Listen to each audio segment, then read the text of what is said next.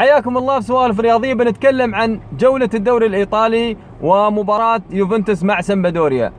يوفنتوس خلصها طبعا 4-1 طبعا ب10 دقائق، بأول 10 دقائق خلصها، والسبب ان أليجري سمع كلامي، نزل راسين حربة مانزوكيتش وهيغوايين داخل الصندوق وخلصوها. ترى الأفريقيا تلعب معك دفاع، ينزل راسين حربة مش مشكلة، ساعات أجنحة، لكن هالمرة دخل راسين حربة على طول. اول 10 دقائق حد يلعب على الخط، حد وراء، حد يحس في الحارس، حد يحس احساس بالكرة. لعيبة صندوق عموما خلصوها 2-0 في اول 10 دقائق وانتهت المباراة 4-1.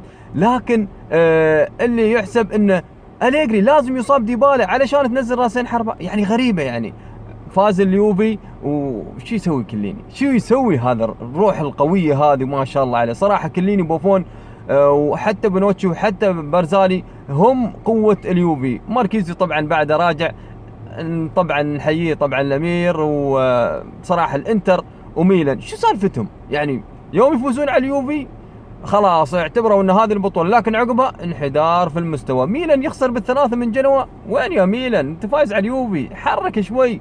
الحين طبعا في المركز الثاني روما، نترى يسوي نفس السالفة طبعا، وبعدين هبوط. يلا حياكم.